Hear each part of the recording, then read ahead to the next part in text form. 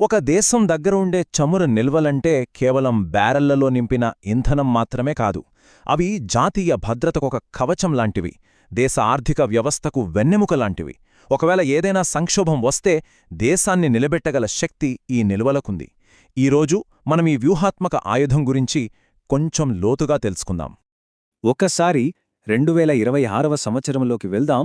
ఊహించుకోండి, పశ్చిమాసియాలో యుద్ధమేఘాలు కమ్ముకున్నాయి. ప్రపంచ ఇంధన సరఫరాలో కీలకమైన హార్మూజ్ జలసంధి దాదాపు మూతపడింది. దీనివల్ల ప్రపంచవ్యాప్తంగా చమురు రవాణా స్తంభించిపోయింది. మరిలాంటి పరిస్థితుల్లో ఈ వ్యూహాత్మక నిల్వల ప్రాముఖ్యత ఏంటో మనకొక్కసారిగా అర్థమవుతుంది. మరి ఇలాంటి గందరగోళ పరిస్థితుల్లో ఒక దేశం కుప్పకూలిపోకుండా కాపాడే ఆ చివరి రక్షణ కవచం ఏంటి? ఆ ప్రశ్నకు సమాధానమే మన ఈ విశ్లేషణకు కేంద్రబిందువు. ఆ ఊహజనిత సంక్షోభానికి అసలు సిసలైన సమాధానమిదే: వ్యూహాత్మక పెట్రోలియం నిల్వలు. ఇవి ఒక దేశానికి అంతిమ బీమా పాలసీ లాంటివి. అసలు ఈ స్ట్రాటజిక్ పెట్రోలియం రిజర్వ్ అంటే ఎస్పీఆర్ అంటే ఏంటి? చాలా సింపుల్గా చెప్పాలంటే ఇది ప్రభుత్వం తన ఆధీనంలో ఉంచుకునే ఒక భారీ ముడి చమురు నిల్వ. ఒకవేళ అనుకోకుండా యుద్ధాలు, ప్రకృతి వైపరీత్యాలు లేదా సప్లై చైన్లో ఏదైనా సమస్య వచ్చినా దేశాన్ని ఇబ్బందుల నుంచి కాపాడే ఒక బఫర్లాగా ఇది పనిచేస్తుందన్నమాట. సరే, అంతా బాగానే ఉందిగాని ఈ 90 రోజులు అనే నంబర్కి ఎందుకంత ప్రాధాన్యత? ఎందుకంటే ఇంటర్నేషనల్ ఎనర్జీ ఏజెన్సీ అంటే ఐఈఏ తన సభ్యదేశాలకు ఇదే సిఫార్సు చేస్తుంది. కనీసం 90 రోజులకు సరిపడా చమురు నిల్వలు ఉండాలంటుంది. ఈ 90 రోజులు ఒక దేశానికి చాలా కీలకమైన సమయం. ఒకవేళ సంక్షోభం వస్తే ప్రత్యామ్నాయ మార్గాలు వెతుక్కోవడానికి, దౌత్యపరంగా సమస్యను పరిష్కరించుకోవడానికి ఈ సమయం ఉపయోగపడుతుంది. అయితే కొన్ని మిలియన్ల బ్యారెళ్ల చమురునే సురక్షితంగా, భద్రంగా నిల్వ చేయటం అంటే మామూలు విషయం కాదు. అదొక పెద్ద ఇంజనీరింగ్ అద్భుతం. మరి దాన్ని ఎలా కడతారో చూద్దామా?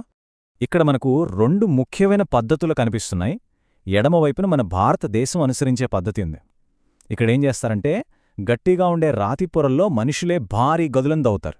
ఇది చాలా శ్రమతో కూడుకున్నది, కాని భౌగోళికంగా చాలా స్థిరంగా, భద్రంగా ఉంటుంది.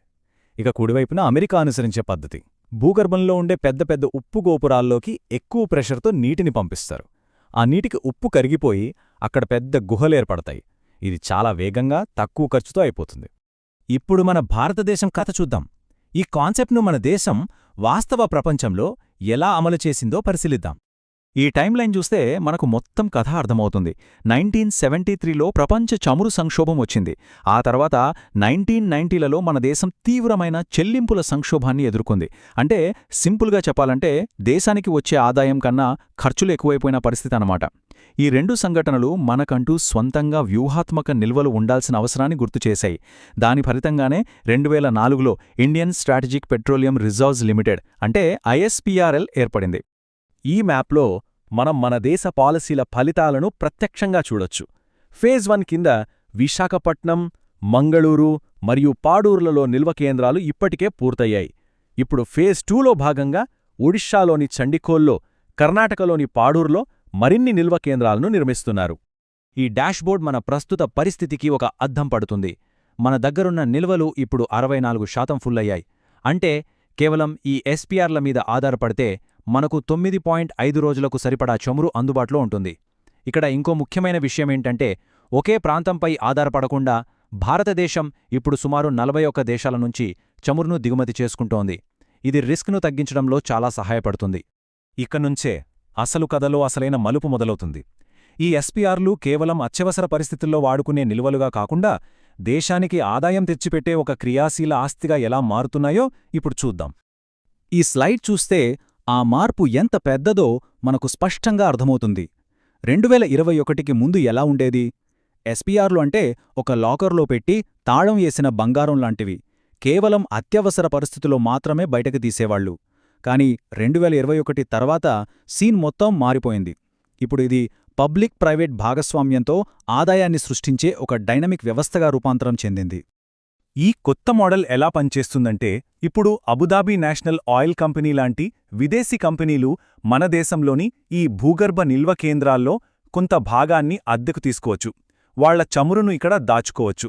అంతేకాదు, ఐఎస్పీఆర్ఎల్ కూడా తన మొత్తం సామర్థ్యంలో 50% వరకు వాణిజ్యపరంగా వాడుకోవచ్చు. అంటే చమురు వ్యాపారం చేయొచ్చు. అసలు దీని వెనక ఉన్న లక్ష్యమేంటంటే కేవలం ప్రభుత్వం డబ్బుతో నడిచే వ్యవస్థగా కాకుండా స్వంతంగా ఆదాయం సంపాదించుకుని తన ఖర్చులు తానే చూసుకునే ఒక స్వయం సమృద్ధిగల ఆస్తిగా మారడం. సరే, ఇప్పుడు మన ఫోకస్ని కొంచెం పెద్దది చేసి ప్రపంచ స్థాయిలో ఈ ఎస్పీఆర్లు ఎలా ఒక శక్తివంతమైన సాధనంగా మారాయో చూద్దాం. ఈ చార్ట్ చూస్తే గ్లోబల్ పవర్ డైనమిక్స్ మనకు కళ్లకు కట్టినట్టు కనిపిస్తాయి.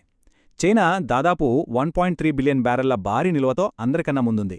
ఇది ఆ దేశ ఇంధన అవసరాలను, భద్రతా ఆందోళనను స్పష్టంగా చూపిస్తుంది.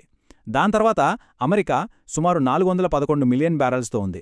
అయితే ఇది కేవలం ఒక్కో దేశం బలం గురించి మాత్రమే కాదు. ఐఏఏ లాంటి సంస్థల ద్వారా సభ్యదేశాలన్నీ కలిసి తమ నిల్వలను విడుదల చేయడం ద్వారా ప్రపంచ ఇంధన ధరలను ప్రభావితం చేయగలవు, మార్కెట్ను స్థిరీకరించగలవు. ఇది ఒక పవర్ఫుల్ డిప్లొమాటిక్ టూల్ అన్నమాట. సో ఇప్పటిదాకా మనం చూసిందేంటి? ఈ ఎస్పీఆర్లు అంటే కేవలం భూమి కింద దాచిపెట్టిన చమురు కాదు. అవి ఆధునిక ప్రపంచంలో ఒక దేశం చేతిలో ఉండే బహుముఖ సాధనాలు. వాణిజ్యీకరణ ద్వారా ఆర్థిక స్థిరత్వాన్ని అందిస్తాయి, అంతర్జాతీయ భాగస్వామ్యాల ద్వారా దౌత్యపరమైన బలాన్ని చేకూరుస్తాయి, మరియు సరఫరాను వైవిధ్యపరచడం ద్వారా ఇంధన స్వాతంత్ర్యాన్ని సాధిస్తాయి. ప్రపంచ ఇంధన రాజకీయాలు మొత్తం తిరగరాయబడుతున్న ఈ రోజుల్లో ఒక ప్రశ్న తలెత్తుతుంది. ఈ వ్యూహాత్మక నిల్వలు నిజంగా మనల్ని కాపాడే కవచమా, లేకపోతే భౌగోళిక రాజకీయాలలో ప్రత్యర్థులపై ప్రయోగించే ఒక పదునైన కొత్త ఆయుధమా?